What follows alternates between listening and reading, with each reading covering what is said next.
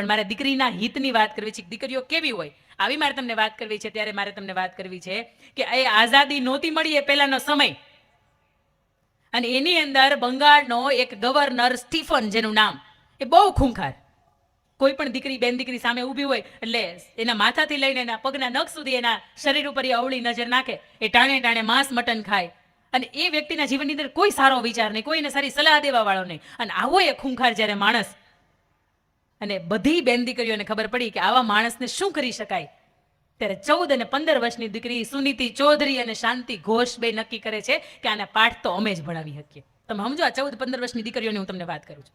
એ 15 વર્ષની દીકરીઓ છુપી રીતે બંદૂક કેમ ચલાવવાની એની ટ્રેનિંગ લે છે. આઝાદીનો સમય નહોતો, આપણને આઝાદી મળી એ પહેલાની વાત કરું છું તમને. એ છુપી રીતે 14-15 વર્ષની ઉંમરની અંદર પોતે નક્કી કરે છે કે આપણે બંદૂક શીખવી જ કેમ ચલાવાય એમ. નાની રિવોલ્વર છે એનું નિશાન તાકતા શીખે. એ 6-1 મહિનાની અંદર એ શીખી જાય. પછી એ મોટો ગવર્નર હતો એટલે એનો બંગલો હતો ને એની પાછળ કેટલાય બધા એના પેરદારો હોય. ને પેરદારોની વચ્ચે જઈને એવું કહે છે કે અમારી શાળાની અંદર એક સરસ મજાનો નાનકડો એક કાર્યક્રમ રાખ્યો છે ને, એટલે એની અંદર મુખ્ય મહેમાન તરીકે આવવાનું છે ને, એવું આમંત્રણ આપવા માટે અંદર જાય છે, અમને જવા દો.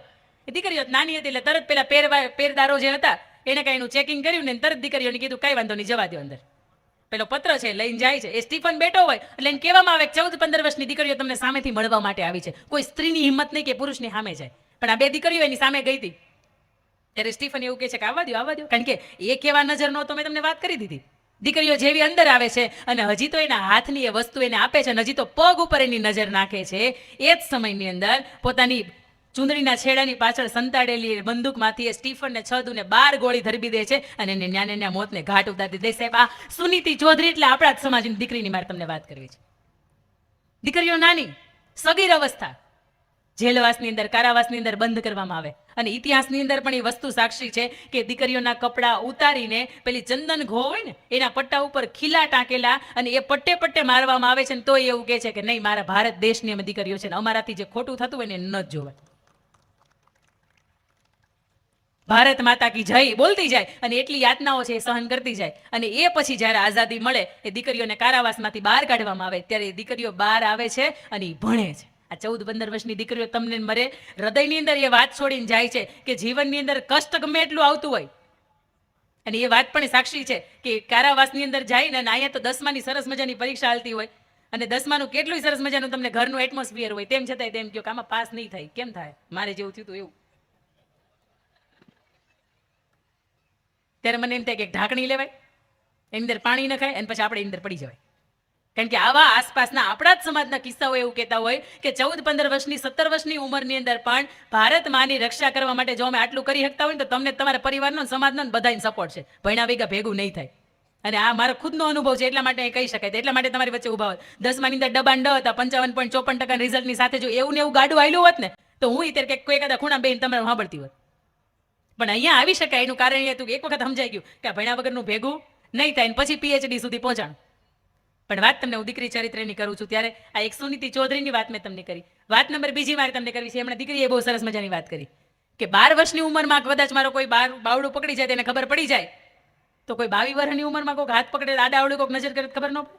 મારે તમને એ કેવું છે કે અહીંયા પાણીની બોટલ છે ને, આ પાણીની બોટલ, એક પાણીની બોટલ પડી છે અને એક બાજુ એક ઘીની બોટલ ભરી હોય. તમે સમજો, તમે પશુપાલનની સાથે જોડાયેલા છો, તમને બહુ સીધી ભાષાના હિસાબની અંદર ખબર પડે કે આ પાણીની બોટલની કિંમત કેટલી હશે. જવાબ આપો. 10 રૂપિયા, 5 રૂપિયા, ચાલો સમજ્યા 10 રૂપિયા. આવડી જ બોટલની અંદર અહીંયા ઘી ભર્યું હોય એની કિંમત કેટલી હોય? 100 રૂપિયા મૂકીએ આપણે, 100 ગ્રામ હમાતું હોય એટલે 1000 રૂપિયાનો કિલો રાખીએ. હા કે ના? તો કેવું મને ખબર પડે તમે જાગો છો એમ. હા હાલો, આ પાણીની કિંમતની બોટલ 10 રૂપિયા અને આની કિંમત 100 રૂપિયા, અને તમને કહો કે એમ કે આપણે એક્સચેન્જ કરવીશ, આ કે પાણીની બોટલ તારી ઘીની બોટલ મારી, તમે કરો. સીધો ગણિત ને, આ ન કરાય. તમારી દીકરીઓને કેવું છે કે તમારી કિંમત છે ને વધારે કિંમતી છે, ને કોઈ પાણી જેવા આવે ને તમને એમ કે ખાલી જિંદગી એક્સચેન્જ કરવી ને ના પડે દેવાય, કે ન થાય. કારણ કે આ ઘી સુધી પહોંચાડ્યું હોય ને એને ઘીને ખબર છે ને તમને ખબર છે કે આજ દૂધ દોયું છે 10 તારીખે, આજ રાત્રે મેળવું અથવા તો સવારમાં મેળવું, એ એક દિવસે જઈવું, એમાંથી છાશ માખણ થઈ, એમાંથી માખણ આપણે ભેગું કર્યું પિંડા ને પિંડા, પછી અઠવાડિયે તમે ગરમ કર્યું અને આજ સોમવાર દોવાનું હોય ને એનું શનિવાર કે રવિવાર ઘી બને. આ અઠવાડિયાની પ્રોસેસમાં જ પાસ થાય છે. એટલે જ્યારે તમારું સત્વ હોય, જ્યારે તમારું ચરિત્ર હોય ને ત્યારે એમાંથી કેટલી મુશ્કેલીઓથી પસાર થયા હોય એ ત્યારે ઘી થયા હોય. અને કોક બે ફદિયા પાણી જેવા આવે ને એમ કે બદલી નાખવું ન બદલાય. અને બીજી મારે તમને વાત કરવી છે કે દીકરીઓ હોય ને તો તો એનો જ્યારે જ્યારે તમે ઉછેર કરતા હોય ને ત્યારે એના વાણીના વસ્ત્રોની અંદર અને એની ભાષાની અંદર ભારોભાર મર્યાદા રાખજો. હમણાં 17 Pro લોન્ચ થયો, સપ્ટેમ્બરનો મહિનો ગયો એટલે આઈફોનની સિરીઝની અંદર 17 નંબરનો ફોન છે એ લોન્ચ થયો. એ દીકરી છે ને એને સરસ મજાનો એના પપ્પા એને ભેટમાં આપ્યો, એટલે આઈફોન લઈને એનું કવર લેવા માટે દીકરી છે એ કવરવાળાને મોબાઈલની દુકાને ત્યાં જાય. દીકરીએ બરોબર એવું કે ઉપરના કપડાં છે એ અડધા પહેરેલા, નીચેના પગથી ઉપરના કપડાં પહેરેલા. એટલે દુકાનવાળો ભાઈ હતો ને આપણા વડીલો જેવો, તરત એને એમ થાય કે નહીં આ ખોટું છે ને એ ટોકાય. દુકાનવાળા ભાઈએ પૂછ્યું, બોલો બેટા શું કામ છે? એટલે તરત એ દીકરીએ ફોન બતાવ્યો ને એને એવું કીધું કે આ 17 Pro છે, 17 Pro, મને એનું કવર જોઈએ છે. તરત પેલા દુકાનવાળા કાકાએ પૂછ્યું, બેટા શા માટે એનું કવર શા માટે જોઈએ છે? તો કે મોબાઈલ છે ને એ 1.5 લાખ, 1.25 લાખની કિંમતનો છે, અને પડી જાય ને તો એ તૂટી જાય, અને સ્ક્રેચ પડી જાય કે કોઈ પણનો હાથ અડી જાય તો એ ગંદો થઈ જાય, એટલા માટે મારું કવર હોય ને તો એનું વ્યવસ્થિત રહે.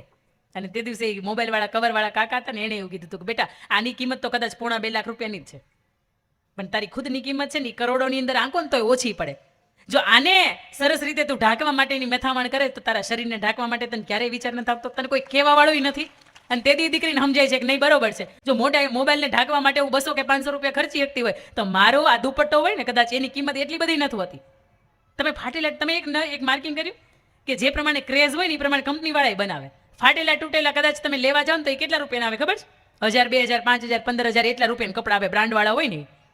તમે આખું આ મીટર તમે આખું ટાકાનું કાપડ કપાવો તો એટલું બધું મોંઘું ન આવે, પણ તેમ છતાં એમ થાય કે 5000 ને ત્યાં લોકો બ્રાન્ડ સ્ટેટસની હમણાં વાત થઈ ને ત્યારે કે સ્ટેટસમાં મૂકવા માટે ગમે તો ઝારા કંપનીનું પહેર્યું છે.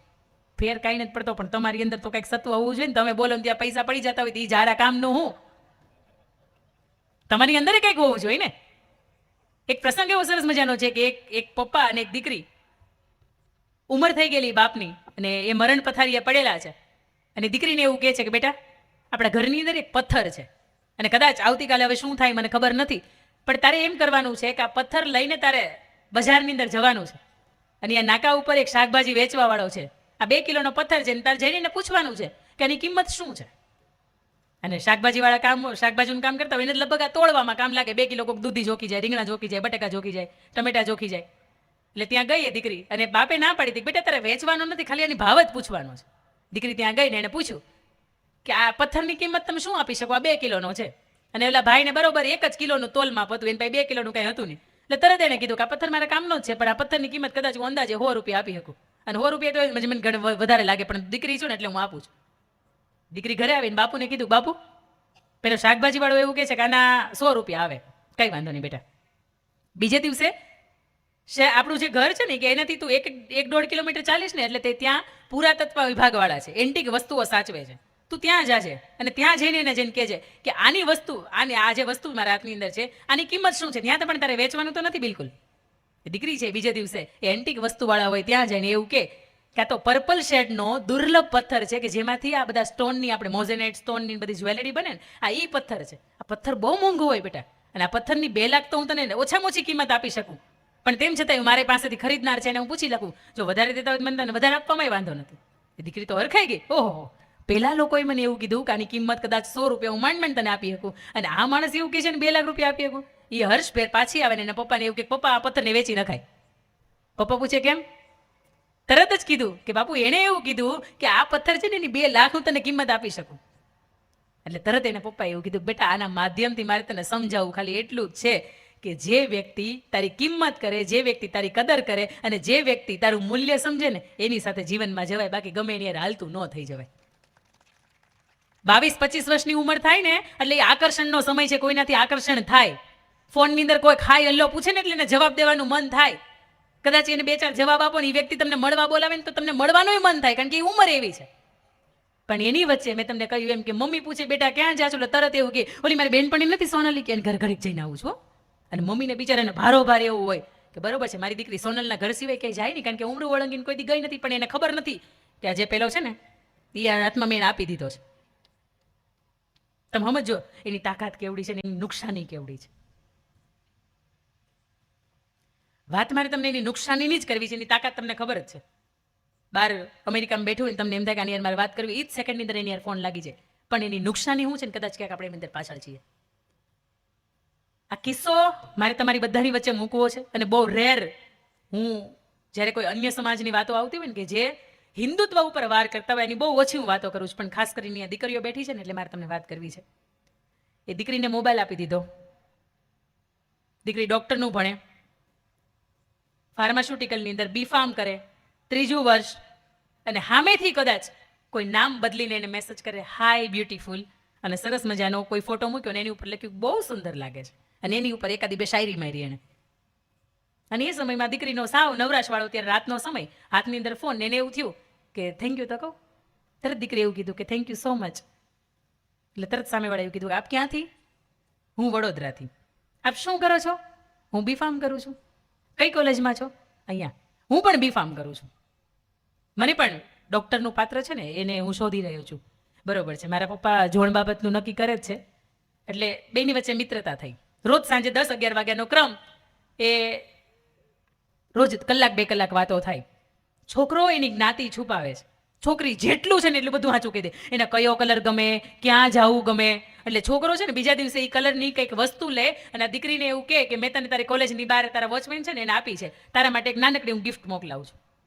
ત્યાં સુધી કે દીકરો 15-17 દિવસની વાતચીત કર્યા પછી એક 15,000 રૂપિયાની ડાયમંડની રિંગ છે ને એ પણ એને સોનાની મોકલાવે છે. તમે સમજજો, મેં તમને કહ્યું એમ કે ઘરની 4 દિવાલ છે ને એ જ સુરક્ષિત છે, બાકી દુનિયાનું કોઈ સ્થળ સુરક્ષિત નથી. એને રિંગ મોકલાવે એટલે આ દીકરી રિંગ લે એટલે તરત અંદરથી લાગણી થાય કે હા હોના ભાવ તો ₹1.25 લાખ. અને આપણને કોઈ એક રિંગ દેતું હોય તો આપણી પ્રત્યેને લાગણી હોય કે તો જ દેતું હોય ને, કે એમને તો કઈ કોઈ દે નહીં. આ છોકરાનું ક્યારેય મળી નથી, તેમ છતાં જોતો કેટલી કેર કરે. રોજ મને પૂછે તું થાકી ગઈ, તે કંઈ ખાધું? મારા મા બાપ તો મને કોઈ દિવસ આવું કંઈ પૂછતા નથી. સમજો, ભૂલ અહીંયા થાય છે.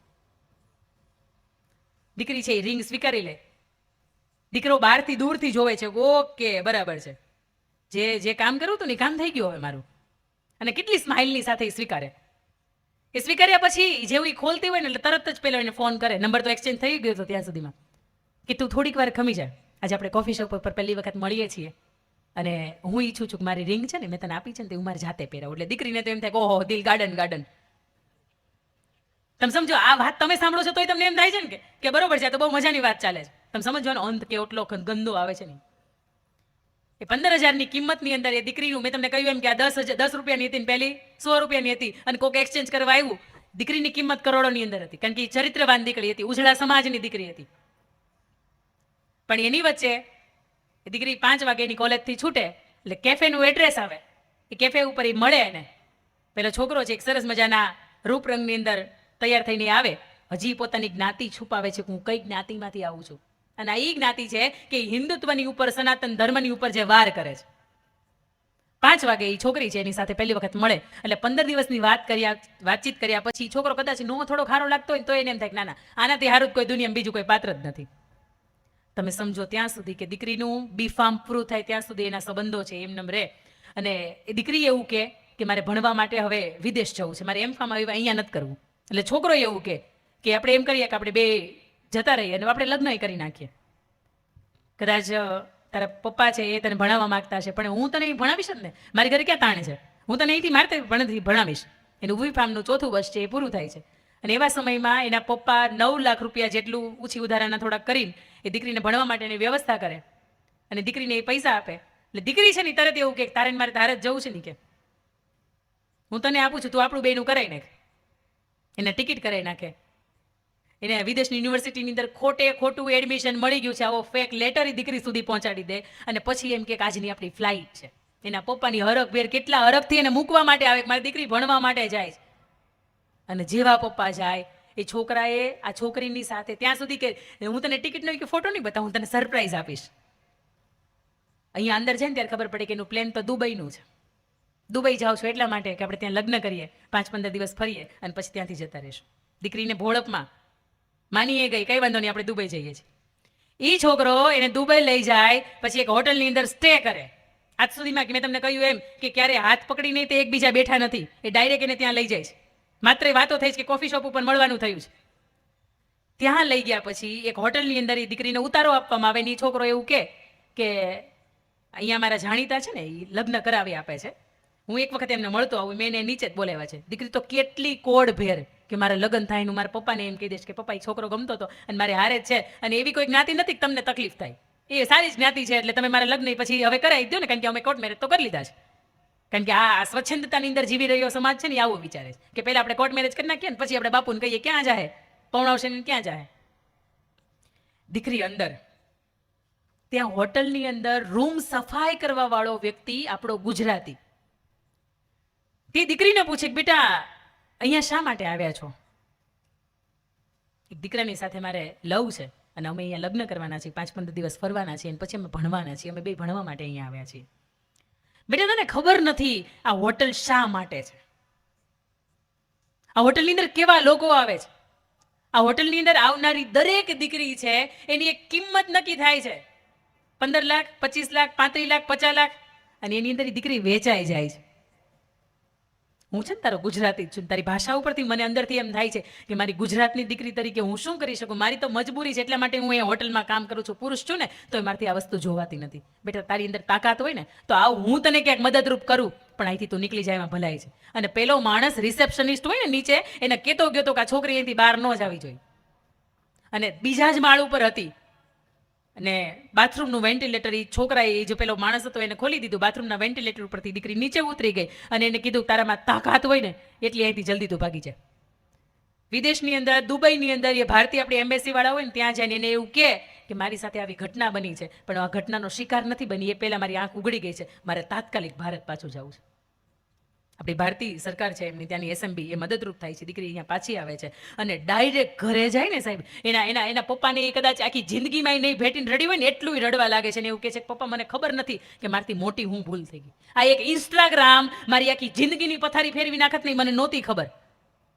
પણ કદાચ માં કુળદેવીની કદાચ દયા હશે કે માં ઈશ્વરની મારી ઉપર કૃપા હશે અને કદાચ તમારા મા બાપના સંસ્કારો કે તમે આખી જિંદગી માથું ઊંચું રાખીને આયલા છો અને તમારી કેટલી હાથ પેઢીના પૂન પાછા હશે ને એટલા માટે હું અહીં પાછું આવી શકી. પપ્પા હું 50 લાખમાં વેચાઈ ગઈ હોત, મને ખબર નહોતી. અને આખી ઘટના જ્યારે કહે છે ને ત્યારે બાપને એમ થાય છે કે હા હા હા. અને એક સંમેલન જવાનું હતું ને મારે, એની અંદર આ દીકરી પણ હાજર હતી અને એને ખુદ એના મુખેથી મને વાત કરી છે કે બેન તમે ક્યારે પણ દીકરીઓને વાત થતી હોય ને તો ક્યારેક આ વાત કરજો કે મારા જીવનની અંદર હું આવા મોતના મુખમાંથી થઈને પાછી આવી છું કે આ ઇન્સ્ટાગ્રામ નામના આ વોટ્સઅપ આવે છે કે ફેસબુક આવે છે, આ સોશિયલ મીડિયા તમને ક્યાંના ક્યાં ઉઠાવી જાય. તમને એમ થાય કે મારી દીકરી તો ડોક્ટરનું ભણે છે, એને કંઈ થોડું કોઈ પટાવીને જાય. પણ તમે અમુક ઘટનાઓ સાંભળો ને તો તમારે રૂવાડા ઊભા થઈ જાય કે આવું આપણી દીકરીઓ સાથે બને છે. કદાચ દુનિયામાં બને તો હજી એ પોસાય, પણ આપણા આંગણે, આપણા સમાજની અંદર ને આપણા પરિવારની અંદરથી બાકાત રહી જાય ને બસ જગ જીતી ગયા.